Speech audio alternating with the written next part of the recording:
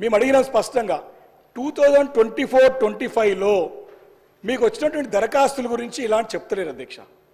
ఈ ఏడు నాకు తెలిసి మేము కూడా అందరం కూడా ప్రతి తెలంగాణ ప్రాంతంలో ఉన్నటువంటి అందరూ కూడా పేద మధ్యతరగతిలో ఉన్నటువంటి బడుగులు బలహీన వర్గాలతో పాటు అగ్రవర్ణాలు ఉన్నటువంటి పేద విద్యార్థులు దీనికి ఆన్లైన్లో దరఖాస్తు పెట్టుకున్నారు.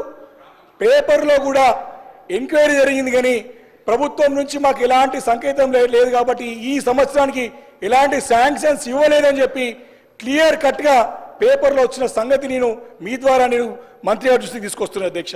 అయితే ఈ స్కీమ్ని ఉంచుతారా, కంటిన్యూ చేస్తారా లేదా అని ఎత్తేస్తారా, దీనికి స్పష్టంగా సమాధానం చెప్పాలని చెప్పేసి మంత్రి గారు కోరుతామని అధ్యక్ష.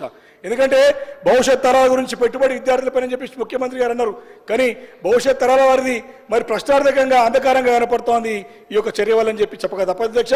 అధ్యక్ష, రెండోది, మనకి దగ్గర మన బడ్జెటే 3 లక్షల కోట్ల బడ్జెట్, 1,27,000 కోట్ల రూపాయల అప్పు ఈ ఏడాది కాలంలో జరిగినట్టు స్పష్టంగా అర్థమైంది. ఒక 100 కోట్లు పేద విద్యార్థుల నుంచి వెచ్చించడానికి ఎందుకు ప్రభుత్వం వెనకబోతుందని చెప్పి ప్రశ్నిస్తాను అధ్యక్ష. ఈ నిర్లక్ష్య వైఖరికి కారణం ఏందో చెప్పాల్సిగా నేను మంత్రి గారిని కోరుతాను అధ్యక్ష స్పష్టంగా. అధ్యక్ష, మీరు ఓవర్సీస్ స్కాలర్షిప్ గురించి అడుగుతున్నాను.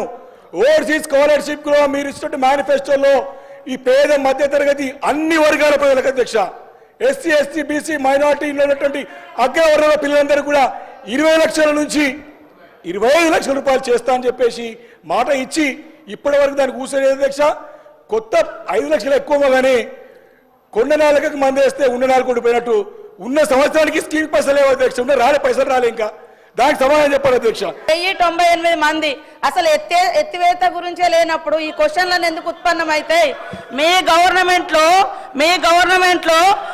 గవర్నమెంట్లో మీరు పెండింగ్ పెట్టినే మేము పే చేసినాం 244 కోట్ల రూపాయలు.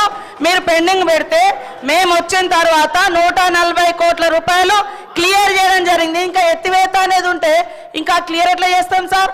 ఇంకా ఉంచరా అంటే అన్ని ఆల్ డిపార్ట్మెంట్స్కి సంబంధించి కాబట్టి మాకు కొన్ని ప్రాసెస్ చేస్తూ ఉన్నారు, ఇంకా కొన్ని నిబంధనలు పెట్టి తీసుకొస్తారు. ఇంకా ఉన్న పెండింగ్ మాకు మార్చి వరకు ఉన్నది క్లియర్ చేయడానికి ఛాన్స్, మార్చి వరకు మేము క్లియర్ చేయడానికి అవకాశం ఉంది.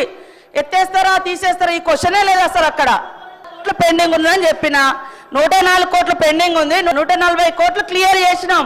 మీరు పెట్టిన ఈ 244 కోట్లలో మేము 140 కోట్లు క్లియర్ చేసినాము.